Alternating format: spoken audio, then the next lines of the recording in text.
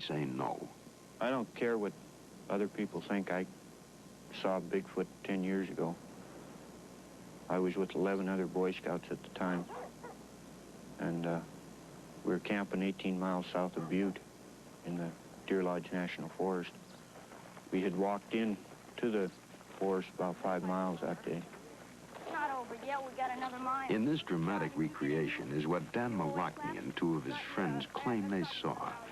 It was after a long day of hiking and a long night of telling mysterious tales around a campfire. For the more impressionable, sleep was long in coming and short in duration. Whatever it was in the forest, Dan's friend was the first to sense it.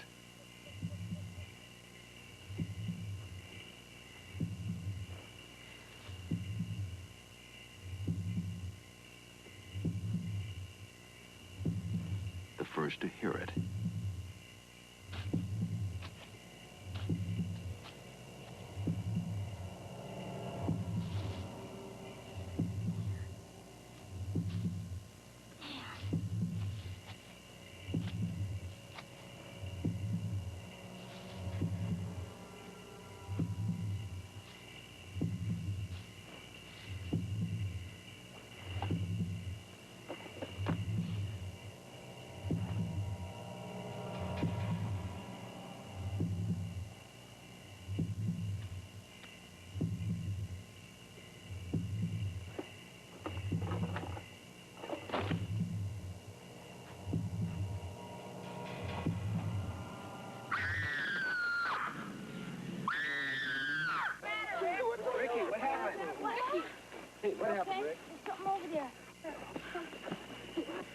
Dan and one other boy claim they also saw the hairy, man-like giant.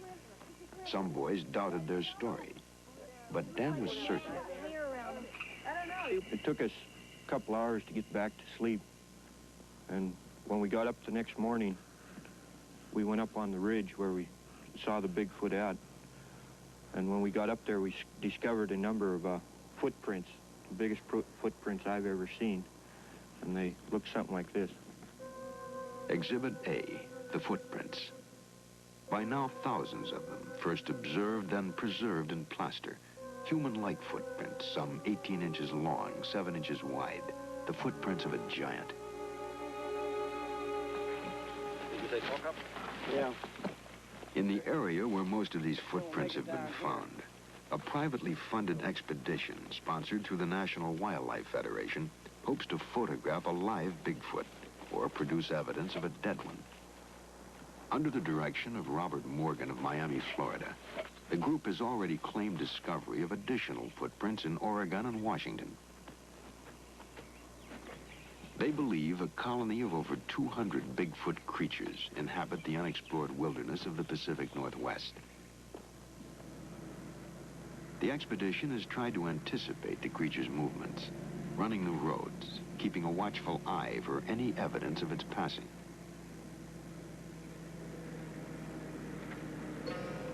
Thinking Bigfoot to be a nocturnal creature, they're prepared to penetrate the darkness of night with special light amplification viewing devices.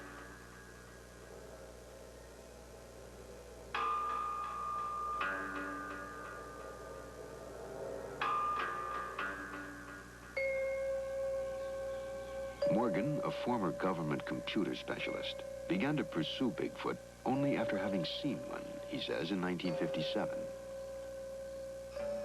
And all of a sudden, this thing went through the bushes. He didn't go around. He went, I mean, I could see the wake, you know, just plowed right through it, and he moved up at an angle away from me. I was on the edge of a canyon.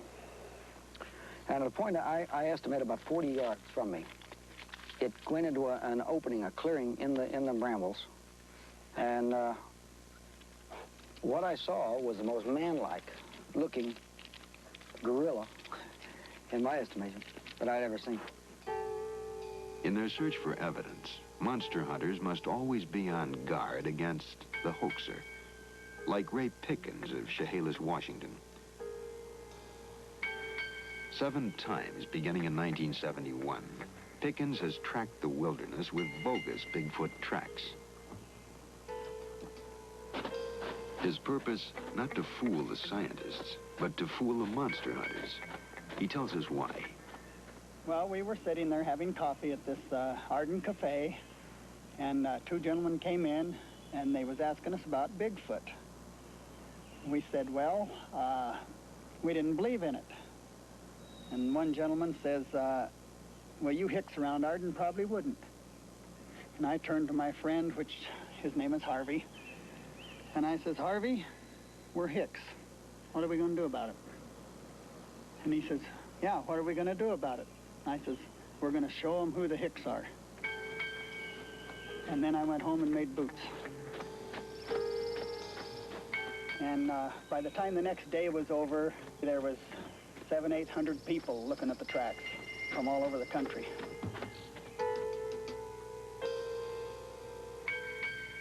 There are a number of footprints that I've seen that are faked, and this can be done. But on the other hand, there are a few that show some characteristics that I think could not have been faked. This is one such footprint. This cast, I've drawn in the approximate reconstructions of the bones. This is a crippled individual where a couple of bulges have extended out between adjacent bones on the outer edge of the foot. If this had been a human foot, these bulges would have been farther back, but they shifted forward, making the heel longer and the front of the foot shorter. This is exactly what is required for a foot that's going to carry perhaps an 800-pound body. Now, I don't think any faker could have thought of it and figured this out and adjusted his footprint accordingly. A fake footprint is just simply an expanded, enlarged footprint or an enlarged copy of a human foot. Here, in actual footage taken of what is said to be a real Bigfoot, is a creature similar to Dr. Krantz's club-footed giant. Filmed by Ivan Marks in late 1969 in Bosburg, Washington, the film has been denounced as a fake by some monster hunters. Here is yet another film of an alleged Bigfoot, also taken by Marks in Alaska in 1973. Marks, a hunter and maker of nature films, insists on its authenticity. No matter what the Marks films indicate, the most compelling evidence for Bigfoot's possible existence remains that presented by eyewitnesses. Former Sheriff Oliver Potter. Like I say, I'm born in the woods, the Cascade Mountains. I know the animals that are here. This was something different that I had never seen before. A large creature, about 7.5 to 8 foot tall. It was grayish-black in color, and as it went away from me, I seen the backside of it, walking as a man would walk on its hind legs. It moved more or less like a man, and it was about 6-7 feet tall and probably a blackish-brown color. And I couldn't see its face because it was running away from me across the road. And I actually, her and I both saw it disappear into the brush. Like I say, I was born and raised around here, and bears just don't walk on his hind legs that long. There were 4 of us in the car when I was the first one to sight it.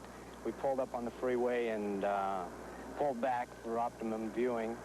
Oh, I'd seen people from the same location and in about the same spot before. Humans up there. It probably was twice the size.